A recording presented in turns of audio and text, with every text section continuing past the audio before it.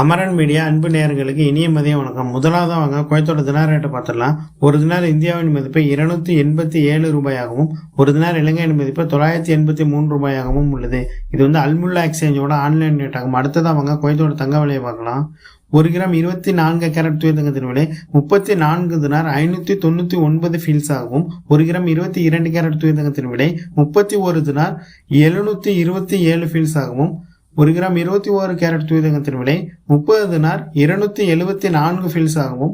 1 gram 18 carrot தூய தங்கத்தின் விலை 25 தினார் 949 ஃபீல்ஸ் ஆகும் உள்ளது. அடுத்ததாக வாங்க செய்திகளுக்குள்ள போகலாம். அதுக்கு முன்னால் நம்ம சேனல் சப்ஸ்கிரைப் பண்ணாங்க, சப்ஸ்கிரைப் பண்ணிடுங்க. பக்கத்தில் இருக்க பெல் ஐக்கனை கிளிக் பண்ணிடுங்க. அப்போ தான் நம்ம போடக்கூடிய ஒவ்வொரு வீடியோவும் நோட்டிஃபிகேஷன் மூலம் உங்களுக்கு வரும். இப்போ வாங்க செய்திகளுக்குள்ள போகலாம்.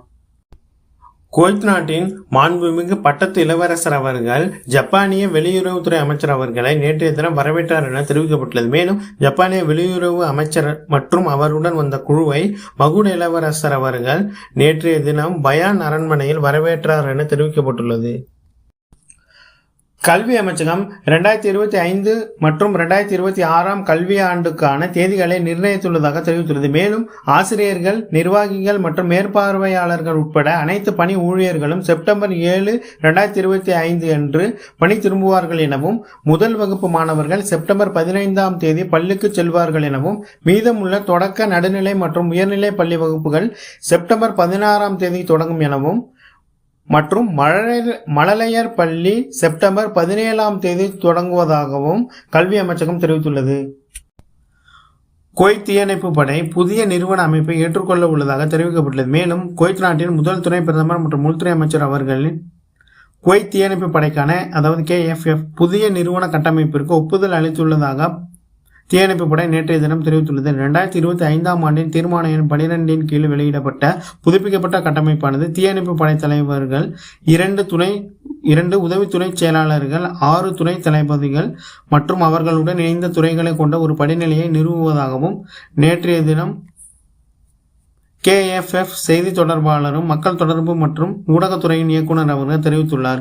படையின் மூலோபாய நோக்கங்களை அடைதல், செயல்திறனை மேம்படுத்துதல் மற்றும் அதன் செயல்பாட்டு முறையை நவீனமயமாக்குதல் ஆகியவற்றை நோக்கமாக கொண்டு இந்த மறுசீரமைப்பு மேற்கொள்ளப்படுவதாக தெரிவிக்கப்பட்டுள்ளது.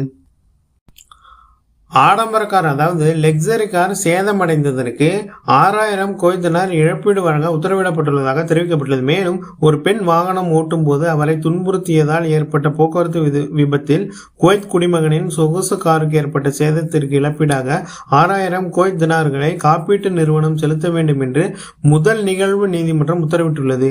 இதன் விளைவாக வாகனத்திற்கு கணிசமான சேதம் ஏற்பட்டுள்ளதாகவும் காப்பீட்டு நிறுவனத்தின் வாதங்களையும் தாமதத்தையும் நீதிமன்றம் நிராகரித்து பழுது பார்ப்புக்கான முழு செலவையும் ஏற்க உத்தரவிட்டுள்ளதாக குடிமகனின் வழக்கறிஞர் தெரிவித்துள்ளார். தங்கள் கடமைகளை நிறைவேற்றுவதில் தாமதம் செய்யும் சில நிறுவனங்களில் தன்னிச்சையான செயல்களால் பாதிக்கப்பட்டவர்களின் உரிமைகளுக்கான வெற்றியாக இந்த தீர்ப்பை கருதுவதாக அவர் தெரிவித்துள்ளார். வாகனத்தை அதன் அசல் நிலைக்கு மீட்டெடுப்பதற்கான இழப்புகள் மற்றும் செலவின் அளவிற்கு 6000 குவைத் தினார் இழப்பீடு தொகை விகிதாசாரமாகும் என்று அவர் கூறினார். அத்தகைய தீர்ப்புகள் மூலம் நீதித்துறை அனைவருக்கும் நீதி என்ற கொள்கையையும் போக்குவரத்து விபத்துகளால் பாதிக்கப்பட்டவர்களின் பாதுகாப்பையும் உறுதிப்படுத்துகிறதாக அவர் தெரிவித்துள்ளார். தொழில்துறை ஆணையம் தொழில்துறை நிலங்களை மூடுவதாக தெரிவித்துள்ளது. மேலும் தொழில்துறை பொது ஆணையம் அதாவது பப்ளிக் அத்தாரிட்டி ஃபார் இண்டஸ்ட்ரி 47 தொழில்துறை நிலங்களை மூடியுள்ளதுடன் தொழில்துறை விதிமுறைகள் மற்றும் சட்டங்களை மீறிய நிறுவனங்கள் மீது 19 நிர்வாக அபராதங்களை விதித்துள்ளதாக தெரிவித்துள்ளது.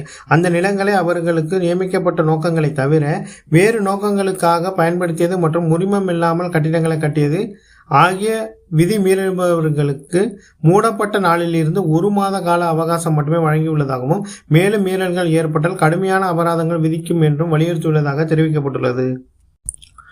குவைத் விமான நிலையத்தில் அதிகப்படியான சன நெரிசல் காணப்படுவதாக தெரிவிக்கப்பட்டுள்ளது. மேலும் புதிய கல்வியாண்டின் ஆரம்பம் வேகமாக நெருங்கி வருவதால் கோடை விடுமுறையை வெளிநாடுகளில் கழித்த ஆயிரக்கணக்கான பயணிகள் குறிப்பாக அரபு மற்றும் வெளிநாட்டு தலைநகரங்களிலிருந்து திரும்புவதால் குவைத் சர்வதேச விமான நிலையம் கடும் போக்குவரத்தை சந்தித்து வருவதாக தெரிவிக்கப்பட்டுள்ளது. பள்ளி ஆண்டுக்கான தயாரிப்புக்காக மாணவர்களும் ஆசிரியர்களும் திரும்புவதால் நெரிசல் படிப்படியாக அதிகரித்து வருவதாகவும் செய்தித்தாள் ஊழியர்கள் சமீபத்தில் விமான நிலையத்தை பார்வையிட்டுள்ளதாகவும் அந்த பார்வையின் போது விமான நிலையத்தில் செயல்படும் நிறுவனங்கள் புறப்படும் மற்றும் வரும் பயணிகளின் இயக்கத்தை எளிதாக்குவதற்கான முயற்சிகளை தொடர்ந்து தீவிரப்படுத்துவதை கவனித்ததாகவும் தெரிவித்துள்ளனர். இயக்க நிறுவனங்களின் மதிப்புகளின்படி ஆகஸ்ட் மாதத்தில் விமான நிலையத்துக்கு சென்று வந்த 10,800 விமானங்களில் மொத்த பயணிகளின் எண்ணிக்கை சுமார் 1.6 மில்லியனை எட்டியுள்ளதாகவும் தெரிவிக்கப்பட்டுள்ளது.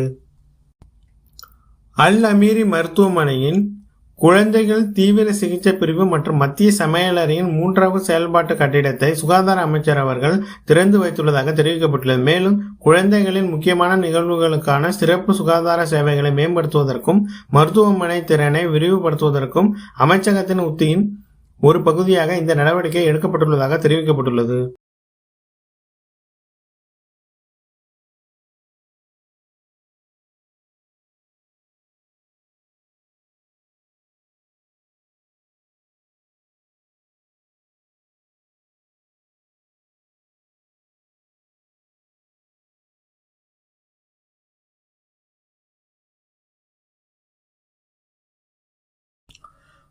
அதேபோல் அல் சுலைபியா விவசாய பகுதியில் நிபந்தனைகளை பின்பற்றாத மற்றும் மீறும் பண்ணைகளுக்கு எச்சரிக்கைகளை விடுக்கப்பட்டுள்ளதாக தெரிவிக்கப்பட்டுள்ளது.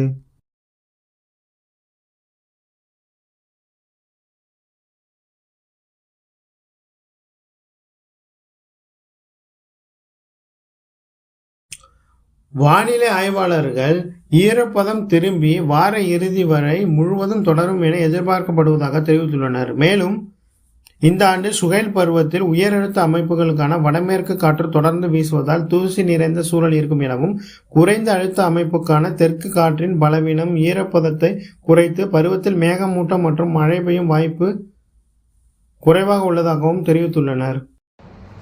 الأجواء المتوقعة بإذن الله تعالى مع نهاية هذا الأسبوع ترجع الرطوبة الأربعاء حتى الجمعة، وخاصة على المناطق الساحلية راح نلاحظ ارتفاع في نسبة الرطوبة. ومن الأسبوع الجاي من السبت والأيام اللي بعده متوقع أن نشهد رياح نشطة ويعود الغبار مرة ثانية مع تحول الرياح إلى الشمالية الغربية. فموسم السهيل هذا العام مستمر معانا الغبار، لأن المسيطرة هي الرياح الشمالية الغربية، وضعفت الرطوبة وهي مع الرياح الجنوبية، فشهدنا مثل هذه الهبات من الغبار. ومع استمرار الشمالية نتوقع أجواء جافة، والبرودة راح تدخل علينا مبكر، لكن فرص الأمطار متوقع أن تكون ضعيفة خلال الفترة القادمة، لأن الأمطار تحتاج إلى الرطوبة العالية وتكثيف الغيوم حتى نشهد هذه الأمطار بإذن الله تعالى، والله أعلم.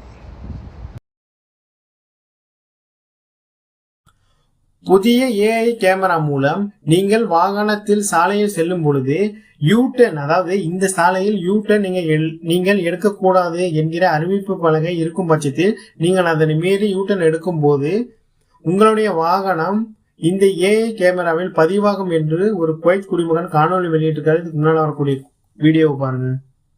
عيني صورت الكاميرا، إذا حصلت هذه العلامة وأنت عند إشارة المرور حتى لو صارت خضراء، خذيت فوق تحت محطوطة هذه العلامة قدام عينك، على طول أوتوماتيك الكاميرا راح تلقط رقم السيارة، بتشوف الفلاش أسرع لك حتى من أنك تعدل سيارتك. انتبه، في السابق كان يعني إذا شافتك دورية كمخالفة مباشرة، ولكن الآن الكاميرات الذكية الجديدة الحديثة في الكويت على طول من تاخذ فوق تحت في مكان ممنوع انك يعني ممنوع الالتفاف، على طول راح تصورك الكاميرا وتنزل عليك المخالفة.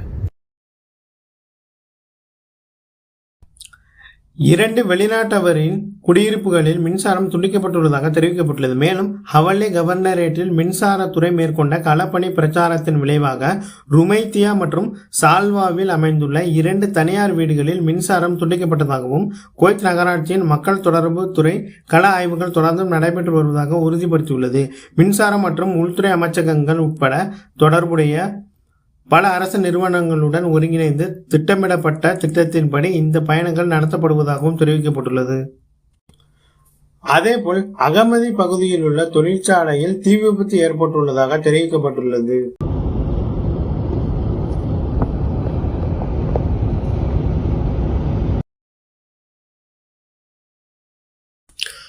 அப்துல்லா அல் முபாரக் பகுதியில் புதிய ஒப்பந்தங்களின் அடிப்படையில் பொதுப்பணித்துறை அமைச்சகத்தின் சாலை பராமரிப்பு பணிகள் தொடர்ந்தும் நடைபெற்று வருவதாக தெரிவிக்கப்பட்டுள்ளது.